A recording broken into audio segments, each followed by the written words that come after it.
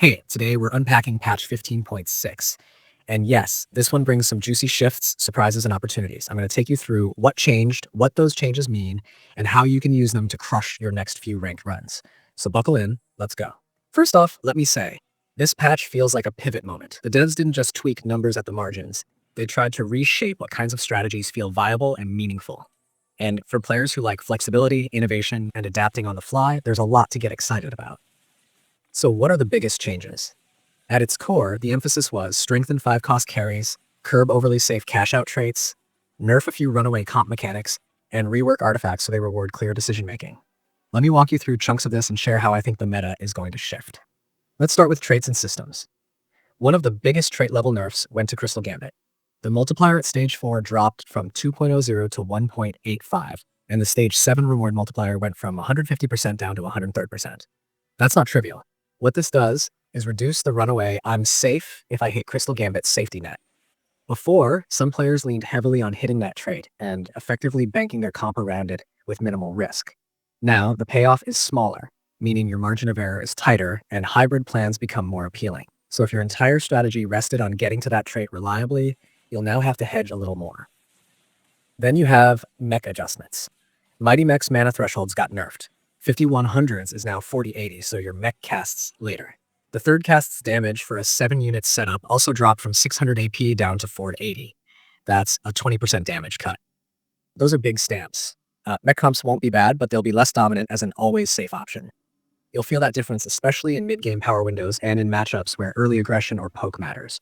On the bag pool side, Lulu's Monster Trainer bag size increased from 18 to 22.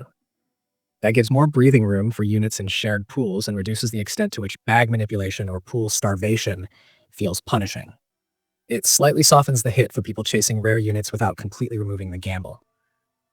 Next, champions themselves got tweaks. Lee Sin got a meaningful bump. Resistances, executioner damage, Juggernaut's single target damage were all improved.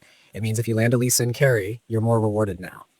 That's part of that theme. Stronger 5 costs deserve more payoff. Akali got a slight nerf to dash damage at lower tiers, but combined with how Radiant Nashor got tuned, the classic Akali Nashor route is going to feel different. Several others, Ashe, Ryze, Ahri, Zyra, Yone, received buffs or fixes, making them more competitive as carry or supportive roles in broader lineups. Artifact and item changes are huge in this patch. Radiant Nashor's Tooth used to give 20% attack speed, but now it's halved to 10%. That reduction really stings for comps that relied on stacking attack speed and spamming spells. Meanwhile, Fishbone's got reworked. It no longer doubles range, so you can't snipe from absurd distances, but instead it grants higher AD and AS, 20%, 50% AD, 30%, 50% AS. That shifts the artifact role. Instead of being a surprise backline delete tool, Fishbones is now about sustained firepower.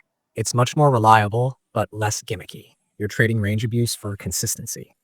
Other item tweaks. Dawncore's 8 AP went from 20% down to 15%, Blighting Jewel's AP was bumped, but its mana gain reduced, Mitten's attack speed buff improved, and various Radiant and item artifact boosts were rebalanced. In effect, items that previously felt must-have in every carry build might shift. Some mid-tier items now pull more interesting weight. Power-ups and augments got attention too. Trait-based power-ups now only start filtering at stage 2, which means in earlier rounds, you'll see options that better align with what you're building. Some power-ups got numeric buffs. Finalists' initial amp was raised. Unflinching Omnivamp went from 15% up to 25%. Some not done yet death-based bonuses were tuned. Shine Brighter damage raised, and a few others saw improvements.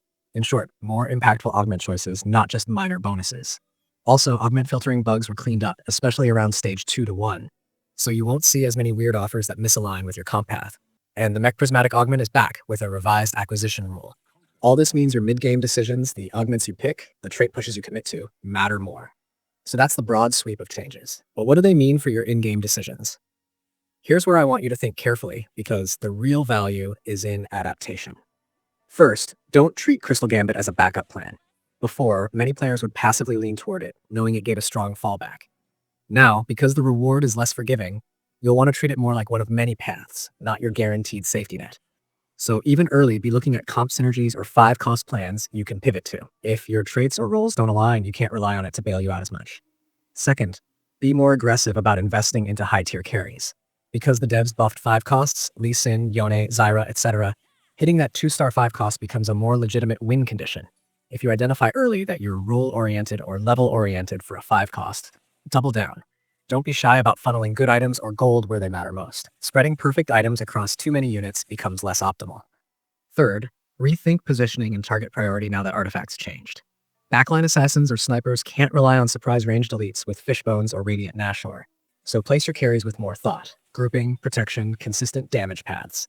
Also, when building your comp, favor sustained DPS setups, things that can chew through tanks or survive the poke.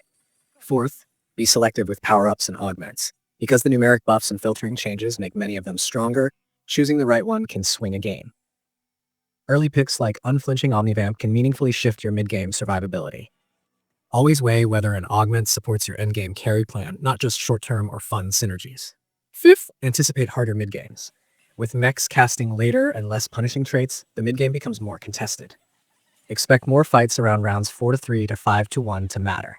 You'll want to stabilize, hold economy, and pick your moments rather than expecting calm build periods. Comps that bad matchups in the mid-game will feel weaker now, so pivot earlier if you see pressure. Let me paint a sample flow of how one game might change under this patch. You start stage 2 with some trait synergy, maybe a few 2-cost units you like. You get a power-up early that gives trait synergy you don't have, but now, because filtering is better, you can avoid getting traits that conflict or waste your path. You lean into a trait, maybe Crystal Gambit early on, but you're also eyeing a possible 5-cost like Yone or Zyra if your rolls go well. Mid-game, you face some matchups where mech comps are pushing you, but because the mech's mana cost is higher and its third cast is weaker, you have breathing room to counterplay. You're more cautious in rolling early and instead hold some economy because if you overspend, you lose options. You roll enough to locate a 5-cost you like, grab it, itemize carefully around it, rather than sprinkling perfect items everywhere. In the late game, you hit board strength, but can't rely on Crystal Gambit to guarantee first place. So your unit choices, item synergy, positioning, and power-ups start to decide your fate. You've got a 2-star 5-cost with strong items, maybe with fishbones or another good artifact. That champion now shoulders a lot of responsibility and must perform consistently. You win or lose on execution, not on luck alone. One interesting psychological shift. Because safety nets are weaker, you'll feel more natural pressure to commit earlier to your strategy direction. That means scouting, adapting, and reading lobby tendencies becomes more important. If too many players lean Crystal Gambit, you might find a less contested 5-cost or niche comp path to exploit. If you see a lobby trending mech or assassin heavy, you pivot earlier to counter. Let me also walk you through how some well-known carries or compositions are going to feel under this patch. If you were a big Akali plus Radiant Nashor fan, you've got to rethink. Akali's been nudged a little downward, and since Radiant Nashor's attack speed is halved, her ability to delete entire backlines is less consistent. You'll have to reinvest your items more carefully, maybe more raw damage or survivability, not just attack speed spam. If you like Lee Sin, you now have reason to go hard on it. That buff gives it more legitimacy. Yone, Zyra, they're more competitively tuned, so carrying around them feels less like a gamble. The item buff's tweaks make non-obvious items more viable, so you might stretch your build paths creatively.